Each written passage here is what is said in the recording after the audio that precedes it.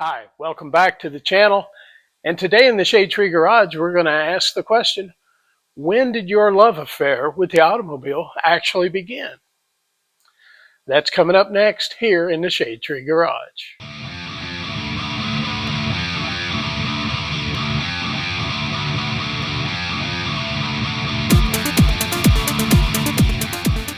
But first, a word from our sponsor. Do you like iced tea? Are you a diabetic? Can't eat sugar? Well, this here iced tea is just what you need. Oh, it's just about to flow over. Woo, that's cold. I'd recommend not drinking this stuff fast when you got your refrigerator set on the cold setting. All right, and this here is Lipton Diet Citrus Green Tea. Now, I don't know why it's green, and I'm not sure I want to know, but it tastes pretty good. It's kind of sweet, not like sugar sweet, but sweet. And it sure ain't as sweet as Grandma's sweet tea, but it's cold and it's wet. And those are the two biggest things going for it. Try it sometime, and your A1C will thank you. Now, that's enough from our sponsor. One more drink. If you're watching this channel right now, you are courting a love affair with an automobile, whether you want to believe it or not. And if you're not sure if that's the case, ask your wife or your girlfriend, or both, and see what they say. If you hear complaints about, all you do is spend time in that garage, you have a love affair with an automobile. My love affair with the automobile actually began at the earliest age, when I was 4 or 5 years old. I was the youngest of 4 children. And so I spent most of my early years, when I was in a car, I was in the back seat, crammed shoulder to shoulder against 2 brothers and a sister. Now, as we grew, it became more difficult to cram us all in. Now, my father's car at that time was a 1946 4-door Chevrolet sedan. And of course, at that age, the back seat seemed cavernous, and all 4 of us could fit in there without a problem. Now, this was in the pre-seat belt days, so if you got crowded, you could always sit on the floorboard. And I spent a lot of time in the floorboard of the old Chevy. There was a nickname for the Chevy in our family, and I have no idea of its origin. It was known as the potato bug, and I don't know if it was the shape or the color, but all I know is the car was known in the family as the potato bug. It was the only car we had. My father was a rural mail carrier, and as such, he had to use his own vehicle to run his mail route. So the potato bug had to be pretty reliable. It was a 6-cylinder, 3-on-the-tree vehicle. And memory serves me, it was a brownish, dark brownish color, probably quite a bit of patina. I just remember the mohair interior, and I remember how dusty the seats were. You'd slap the seat with your hand and it'd be a cloud of dust. When I was 5 or 6 years old, my father got rid of the potato bug, and he got a mid-60s 4-door Plymouth Valiant. And if I remember, it was blue. And I remember the big change from the potato bug was crawling in the back seat, which was my domain at the time. And instead of mohair and steel trim, it was plastic and vinyl. Now, my father got the Valiant, and I don't remember a lot more about it, but what really caught my eye was my sister graduated from high school in 1964, and she had to have a vehicle as a senior. So the car my father bought for her was a 1956 4-door sedan.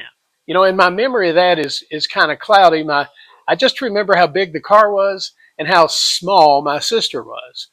And so on the 56, she had to sit on a Louisville phone directory, white pages and the yellow pages, in order to raise herself up high enough to see over the dash and the steering wheel.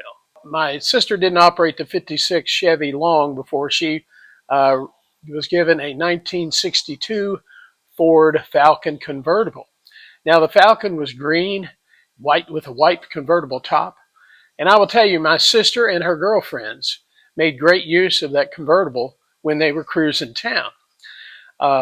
And the top stayed down most of the time throughout the summer. And so anyway, she drove that until she went to college, and she left the car home. And my next older brother, inherited it, and he drove it. And I love that car. And I'm gonna tell you, from my perspective nowadays, looking back, the Falcon took its styling cues from the larger full-size Fords at the time. You know, you could see the family resemblance there. The Falcon had a six-cylinder automatic, nothing fancy, but except being a convertible, which I thought was pretty dang cool at the time. My brother never put the top down, despite my many requests. Please put the top down, Benny. I don't remember him ever doing it. But all right, now the Falcon, I think, was probably giving some problems. I remember one story. My brother was bringing home a classmate who lived next door to us from school one day, and he made the road home had a sharp left turn on a city street, and so he made that turn, and the passenger door flew open, and the neighbor almost went flying out the door. Now, I'd love to have that Falcon today. It'd be a really cool car to have, but it was, you can't drive a car around with the door flying open all the time. So my brother bought the family's first true pony car. He bought a 1968 AMC Javelin. My brother's 1968 Javelin was the shit. It was awesome because it was the type of designed car that looked fast even when it's parked in the driveway. Now, American Motors was the smallest of the big three and the last to enter the pony car field. Of course, Ford created the pony car genre with the 1964 and a half Mustang. And by 1968, you could get Mustangs in the notchback sedan, you could get a fastback and convertible.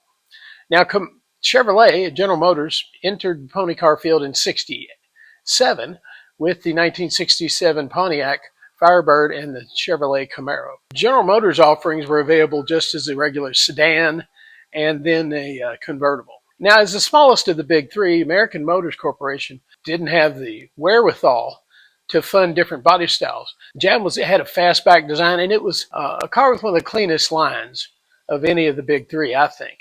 And it was more attractive to me than the Camaro or the Firebird. American Motors couldn't compete. They could not offer a convertible version. The standard Javelin was kind of a fastback looking car. And so they offered the standard base model Javelin and also a SST Javelin that was slightly, had more options available. I have to hand it to American Motors for their creativity because they needed a performance version of the Javelin, and you could get the Javelin with the upgrade from the six-cylinder to one of two V8s that offered, more performance, and you could get a four-speed transmission or automatic. To create a separate model AMC performance car, they removed 12 inches from the length of the Javelin, eliminated the rear seat, and of course everything was shortened by 12 inches. And they called it the AMC, the AMX, had been a name for one of their experimental show cars. But the AMX, just a shorter model, and it looked even sportier. You don't see a great many AMXs on the road today, but to me, they're very special. And it was a really great way to create a different model performance car for American Motors and to stay, within whatever budget they had. While my brother owned the Javelin, I got my license. And so I had the privilege of driving his Javelin from time to time. Now, those times were a little limited because my brother was afraid that I was going to take off going cruising in his Javelin and really rack up some miles. And so now my brother threatened this, and I'm not sure he ever did, but he told me when I had to use his car, and it had to be for a real reason, that he would be tracking my mileage. He graciously allowed me to use his car, but he did not want me catting around wasting his gas in his car. I think that's reasonable, but I was concerned enough that I didn't do that. I drove it where I needed to and back. That was it.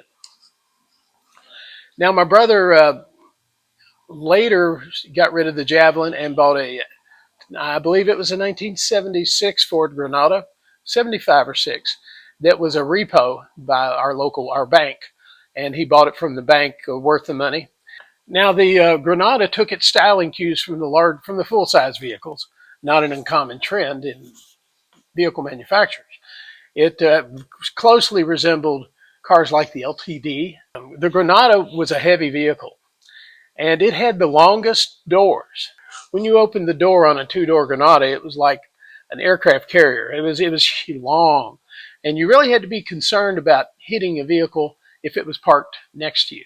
Even in the parking space, if you were normally spaced apart, that Granada door could inflict a ding or two. It had the longest hood, I think, of any car I can recall. I really have nothing bad to say about the Granada. We ended up buying this Granada years later for my wife to drive. And one of the issues you have with the Granada, that heavy door, it wears out the hinge pins. And so I think we ended up putting in a couple pairs of bushings. Now I drove my brother's Ford Granada some, but by this time I was in high school, and my parents bought me a 1971 Volkswagen Type 3 Fastback. Now, if you're not a VW guy, you may not know what the hell a Type 3 Fastback is. The Type 3 was the Volkswagen that actually had been developed and sold mostly in Europe and some in the United States starting in the mid 60s. It was a little bit larger. The Type 3 had a little more room inside, and it basically used very similar running gear to the Volkswagen Beetle. It was just a different body style. Now, the Fastback didn't have a lot more room than a Beetle because it was Fastback style. Now, its companion model was the Squareback. It was known in the United States as the Volkswagen Type 3 Squareback. And it was more like a station wagon. It had a lot more room in it. Now, all these cars were rear engined and rear transaxle, so they all followed the same tradition of the Volkswagen. Now, the Type 3 Volkswagen wasn't a bad car. It had a number of miles on it when I got it. And I will tell you, I was 16 and I wanted a performance car. I wanted a little V8 or something that would hit a lick, as we say in the day. The Volkswagen did not hit a lick. As soon as I got the Volkswagen, I began diving deep into Volkswagen books and magazines to try to figure out some performance upgrades. And everything in every magazine was all about the Beetle or some different version of the engine that's used in a dune buggy or a kit car. Volkswagens were very popular with the kit car builders. The next car we'll talk about is my first hot rod I ever bought. And if you are familiar with the Stephen King book and movie, Christine, there are some really interesting parallels between that movie purchase of my first hot rod. All right, let's get into it. Much like Arnie Cunningham, who's the main character in the movie that ends up buying the beautiful 1958 Plymouth Fury Christine, I was a nerd. Admittedly, I was a nerd. I had glasses and I was overweight, so I had a number of strikes against me in my formative high school years. Working part-time, going to school in the morning at a vocational school, and working afternoons delivering car parts in Louisville and southern Indiana. Just like the movie Christine, I'm driving down Eastern Boulevard in Clarksville heading to my next delivery, and I see ahead of me on the left, right parked next to the road, a gleaming white 1955 two-door Bel Air hardtop. Now, this isn't just any old hardtop. This carb is bulging with muscle. And it immediately called to me as I'm driving down the road. And that was where my next stop was. So I made my stop and then made a beeline to look over this 55 Chevy. The Chevy was solid white. It had a one-piece fiberglass tilt front end that had a cowl induction hood grafted to the top of it. In the place of the grill area, there was a Chevy bow tie that had been cut into the grill area fiberglass. And in the middle of that, it had a really nice grill. And in the grill area, it had the Chevy script. The car just looked bad. It was ready to romp and stomp. And in reality, that 55 was a street racer. It had a built 327 V8. The 327 had a solid lift cam, a fairly radical one at that, 10-to-1 pistons. And it had a Offenhauser high-rise intake with an 850 dual-line Holley carburetor. She was built to go, let me tell you. The transmission was a Muncie 4-speed rock crusher. The rear end was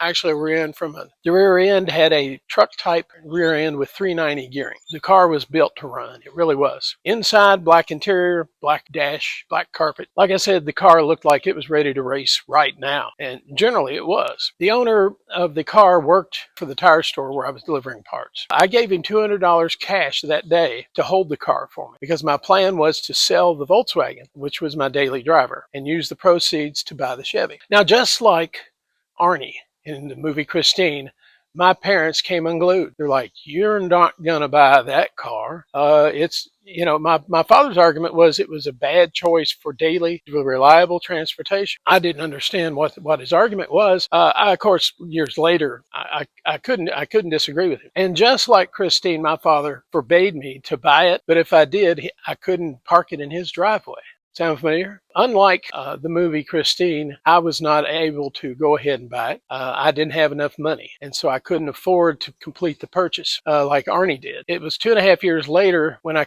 actually completed the purchase. I graduated from my vocational program and got a good job and saved every penny I could. And a few months down the road, I had enough money and bought the car. Then I heard from my father again about, "You're not going to park that thing in my driveway." So I found other places to park it. I rented garage space. Had a friend of mine whose older brother was a mechanic and was delighted to keep it out of his house in the country on the condition that he got to drive. He worked for Ford Motor Company, and he was an excellent mechanic. He helped me out a lot on dealing with the mechanical side of things. One weekend I got home, he told me there was a knock in the motor, and he thought it was a rod knocking. And so I immediately started shopping around trying to find another V8, a short block or anything.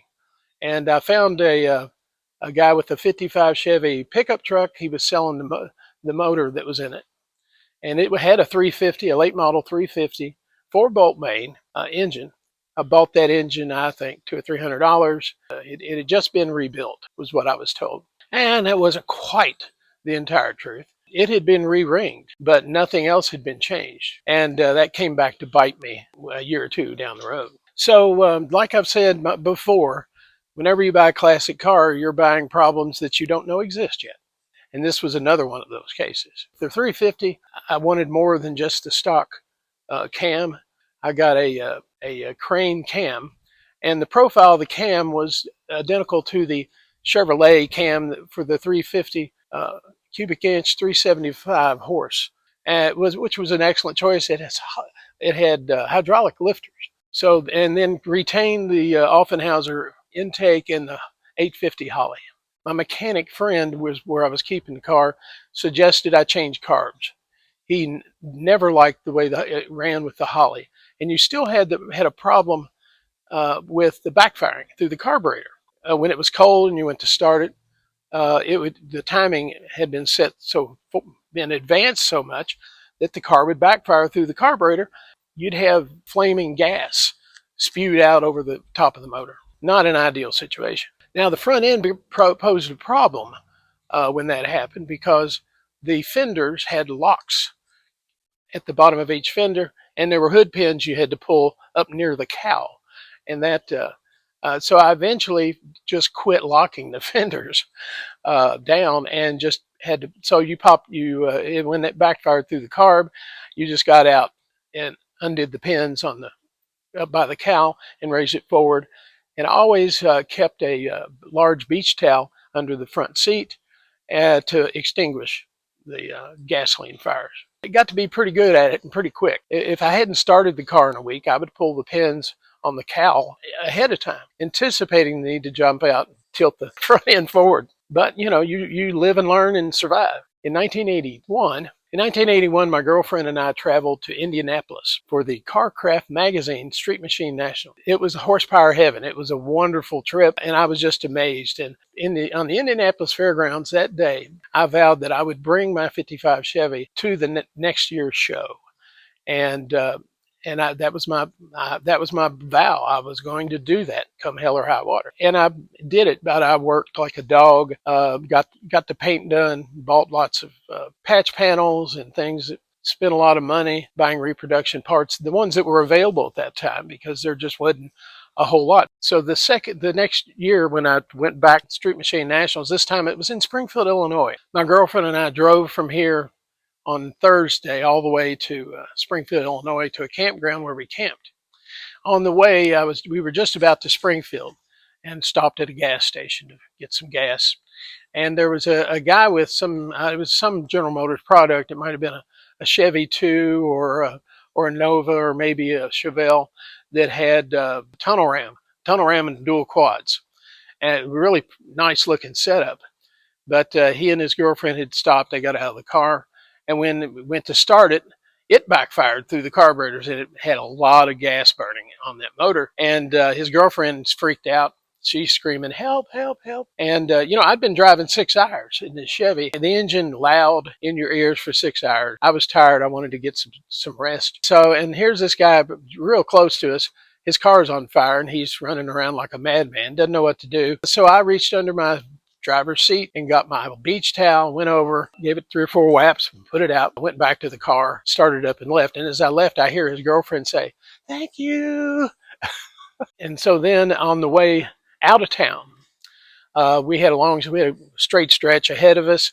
And so I got down on it pretty good. I didn't burn any rubber, sounded off a little bit. Probably another 15, 20 miles after that, I can see a haze behind the car. And I'm thinking, which I hadn't seen before. And I'm like, well, maybe it's just the exhaust and the way the sun is hitting it. But then the haze got a little heavier, and it got heavier, and I'm downstate Illinois at this point, and it's not fog, it's smoke, oil smoke. So I try to diagnose a little bit of it. It is blowing oil out the breather tube. It's blowing it out the dipstick. And so I'm getting pressure into the crankcase like crazy. Back down the speed, and I'm watching the oil pressure like a hawk. And the oil pressure starts dropping every 40, 50 miles. And so I have to stop, put at least 1 quart in, sometimes 2. And as we drive on, oil consumption exponentially increases. So I'm buying as much oil as I can. At this point, it felt like I was burning more oil than gasoline. And the cloud behind the car became, I'm surprised I didn't get pulled over because of the cloud. It was just massive. Thankfully, the plugs didn't foul all the way out, but they managed to keep running. But it wasn't running good at all. The engine was running noisy, too. I didn't realize until we got home what was going on. Actually, I got about midnight, I got within 20 miles of home, and I was out of oil, and there was no place to go to buy more. My father had to come get us, and he towed us the rest of the way into town. Back half of the car was just dripping with oil from all the smoke we generated over those 500-600 miles. It was a mess. It was really a mess. The problem turned out to be the fact that the bores were very worn. The tops of the boards were whipped out. And when the car was, quote, rebuilt, all they did was put rings in it. Didn't bore it. It wasn't properly rebuilt. And after extended, drive at, 2,500 RPM, after the extended time out on the road, the rings were breaking.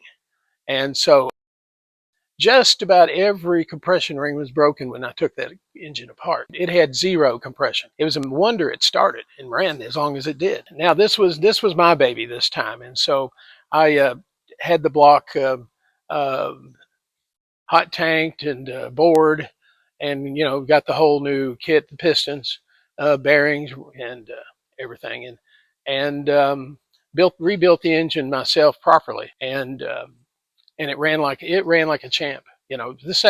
Kept the same carburetor, the same camshaft.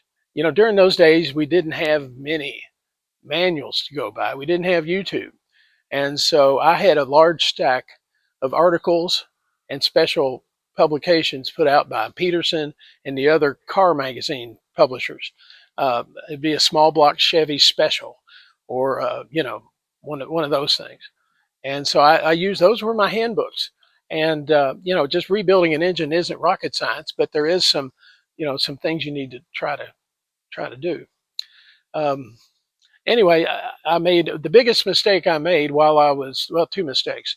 The first mistake I made when rebuilding my 55's engine, trying to move a bare 350 engine block by myself from one table to another spot.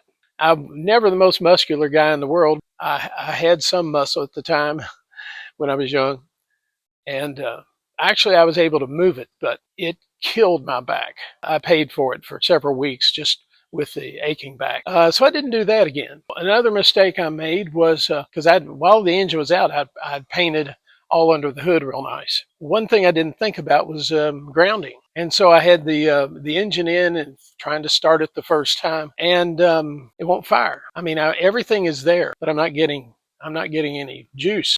Car was working, every distributor, everything looks timed correctly. So then I'm under the hood trying to figure out what the hell is going on, and I lay my hand on the water temperature line. Now that this had a physical sensor, it was a mechanical one, and the damn tube was hotter than Hades, and it like burned your hand. And so then it hit me what was going on.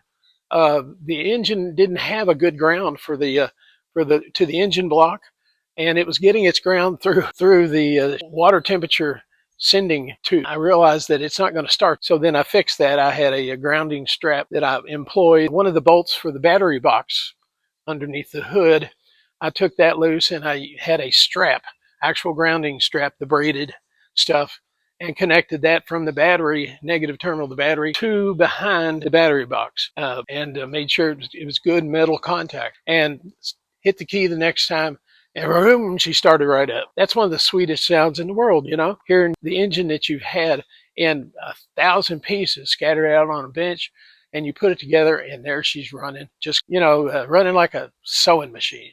That's one of the best things in the world. So here I am now. I'm back going full circle. I've got a '55 Chevy again, with a romping stomping V8 and 5-speed transmission this time, and trying to get it ready to cruise.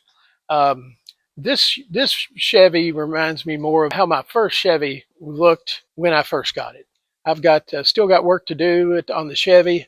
I've got the glass here in the back of the wagon, and need to get the side quarter windows installed, which are fixed.